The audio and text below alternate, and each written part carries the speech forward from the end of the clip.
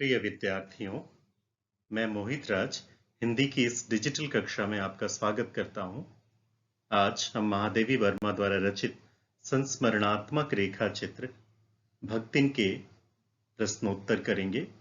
वे प्रश्न जो एनसीईआरटी के द्वारा पाठ में प्रस्तावित हैं, उनका उत्तर जानने की कोशिश करेंगे।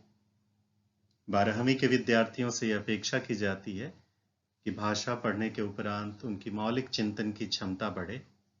अतः ये उत्तर अंतिम नहीं है, संकेत भर है। आप इन्हें पढ़ें और चाहें तो इन्हें आधार मानकर अपने मौलिक उत्तरों की रचना करें। तो आइए पाठ के अलग अलग प्रश्नों पर विचार करते हैं, उन्हें आप ध्यान से सुनें।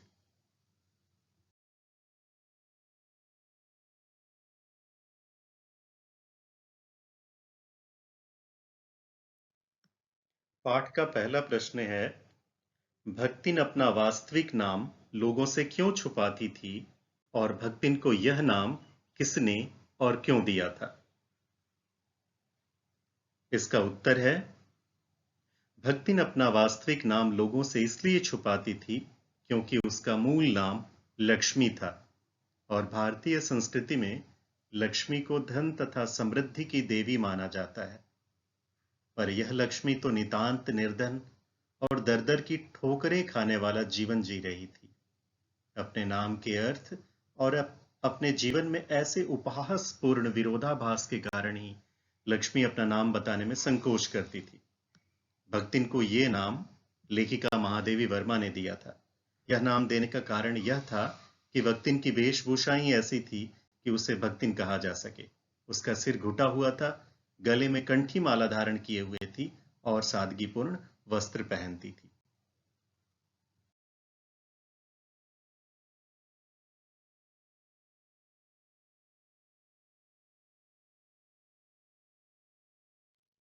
पाठ का दूसरा प्रश्न है, दो कन्या रत्न पैदा करने पर भक्तिन पुत्र महिमा में अंधी अपनी जेठानियों द्वारा घृणा और उपेक्षा का शिकार बनी।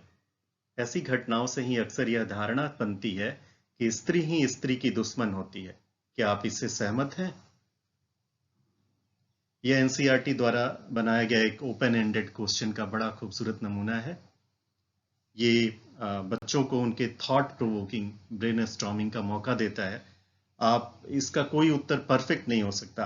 बच्चे अपने विचार से इस उत्तर का निर्माण खुद करें तो ज्यादा बेहतर है। मैंने इस प्रश्न का जो उत्तर बनाया है, कृपया उसे ध्यान से सुने। अंशतः यह कथन सत्य प्रतीत होता है क्योंकि भक्तिन के पुत्र न होने पर उपेक्षा अपने ही घर की सास और जेठानियां अर्थात नारी जाति से मिली। सास और जेठानियां आराम फरमाती थी क्योंकि उन्होंने पुत्रों को जन्म दिया था और भक्तिन तथा उसकी नन्ही बेटियों को घर और खेतों का सारा काम करना पड़ता था। समाज की अनेक कुप्रथाओं जैसे भ्रूण हत्या, दहेज की मांग, परिवार में बेटा बेटी में अंतर, बेटे बहुओं पर अत्याचार आदि में भी स्त्रियों की भूमिका देखी जा सकती है। किंतु इसके आधार पर यह सामान्यीकरण कर देना कि स्त्री ही स्त्री की दुश्मन होती है, उचित नहीं होगा। हम इससे सहमत नहीं है। हमें इस धारणा के प्रचलन के पीछे के मनोविज्ञान को समझना होगा, तभी हम सत्य तक पहुंच सकेंगे।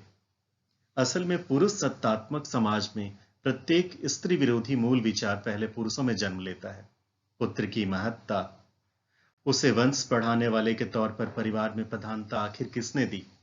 पुरुषों ने ही। फिर पुरुषों ने ही परिवार में अपनी सर्वोत्तम स्थिति के चलते इस धारणा को स्त्री के मन में बैठा भी दिया। जरा गौर करिए, पुत्र और पति के शुभ के सारे व्रत स्त्री रखती है, पर पुरुष अपनी पत्नी या पुत्री के लिए आमतौर पर कोई व्रत नहीं रखता। पुरुष प्रधान समाज में स्त्रियों की वास्तविक दशा प्रायः दोयम दर्जे की रही है। वे पुरुषों के विचारों के वाहक मात्र बना दी गईं।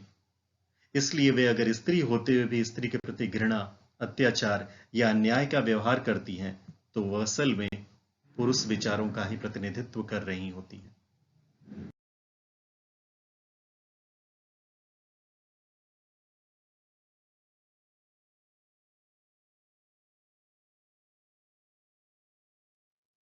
पाठ का तीसरा प्रश्न इस प्रकार है, भक्तिन की बेटी पर पंचायत द्वारा जबरन पति थोपा जाना एक दुर्घटना भर नहीं, बल्कि विवाह के संदर्भ में स्त्री के मानवाधिकार, विवाह करें या ना करें अथवा किससे करें, इसकी स्वतंत्रता को कुचलते रहने की सदियों से चली आ रही सामाजिक परंपरा का प्रतीक है।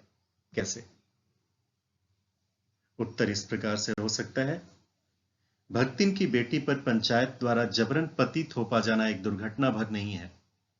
यह पुरुष प्रधानता वाले समाज की वृत्तियों और मानसिकता का एक लक्षण है, उसी भावना से संचालित आचरण है। इसी के चलते भक्तिन के जेठ के लड़के ने संपत्ति के लालच में षड्यंत्र कर एक सरल हृदय की बालिका को धोखे से अपने जाल में फंसाया। उसने अपने निठल्ले साले के साथ एक कोठरी में उसे बंद कराकर उस पर लांछन लगाया ताकि अपने साले के साथ उसका विवाह करा सके। मामला पंचायत ले जाया गया। पंचायत करने वाले भी पुरुष ही थे और हर हाल में स्त्रियों को ही पाप और कलंक का भागीदार मानने की मानसिकता भरे हुए भी। निर्दोष लड़की की कोई बात नहीं सुनी गई और मनमाना निर्णय देकर उसका विवाह जबरदस्ती निकम्मे तीतरबाज से करा दिया गया। मात्र विवाह के संदर्भ में ही नहीं, स्त्री के तमाम अधिकारों को कुचलने की परंपरा हमारे देश में सदियों पुरानी है। भक्तिन की बेटी के साथ किया गया सुलूक ऐसी ही सामाजिक कुपरंपरा का प्रतीक है।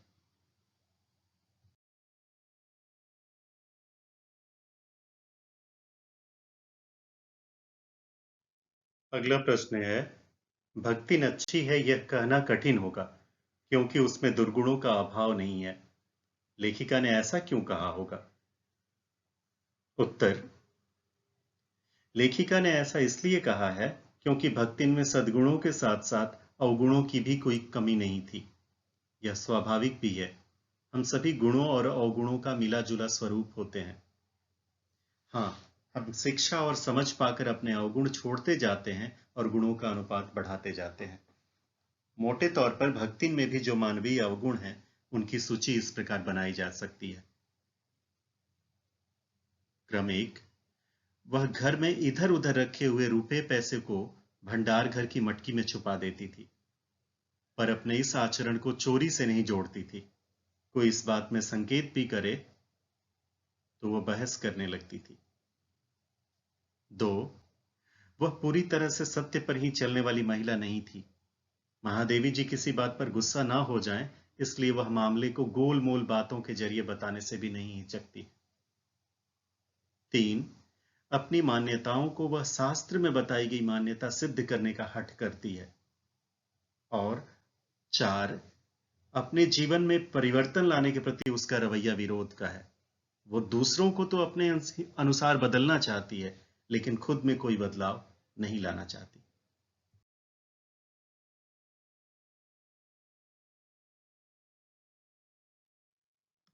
अगला सवाल, भक्तिन द्वारा शास्त्र के प्रश्न को सुविधा से सुलझा लेने का क्या उदाहरण लेखिका ने दिया है? उत्तर, भक्तिन द्वारा शास्त्र के प्रश्न को सुविधा से सुलझा लेने का उदाहरण लेखिका ने इस तरह दिया है। लेखिका को स्त्रियों का सिर मुंडवाना पसंद नहीं था। लेखिका ने भक्तिन को भी सिर न मुंडवाने की सलाह दी थी। भक्तिन ने तत्काल कह दिया कि ऐसा करना तो शास्त्र में भी लिखा है, तीरथ गए मुड़ाए सिद्ध। पर किस शास्त्र में ऐसा लिखा है, कहां लिखा है, इसका उसे पता भी नहीं है। अर्थात भले ही भक्ति निरक्षर है, लेकिन पर्याप्त तर्कशील है और अपनी बात मनवाने के लिए तीखा कुतर्क करने से भी नहीं चूकती।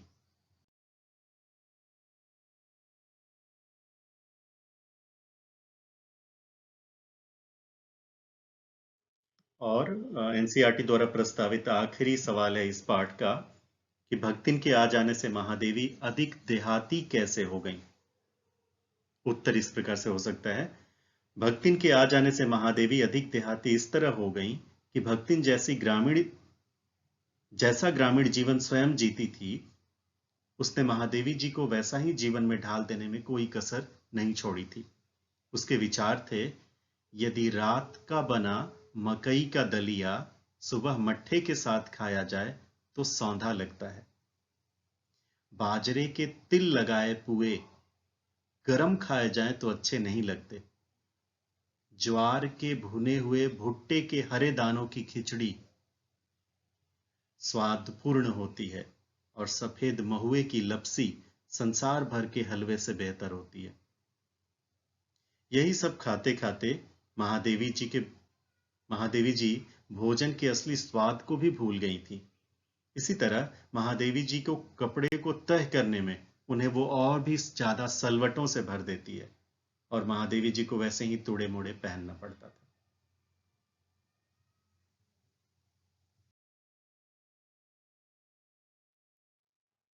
तो इस प्रकार से हमने भक्तिन पाठ के सारे प्रश्न देखे। मिलते हैं अगले वीडियो के साथ। यह पाठ होगा मनोहर श्याम जोशी द्वारा रचित सिल्वर वेडिंग। उसका सारांश देखेंगे। वो एक लंबा पाठ है, वितान भाग 2 से, और उसके प्रश्न उत्तर करेंगे।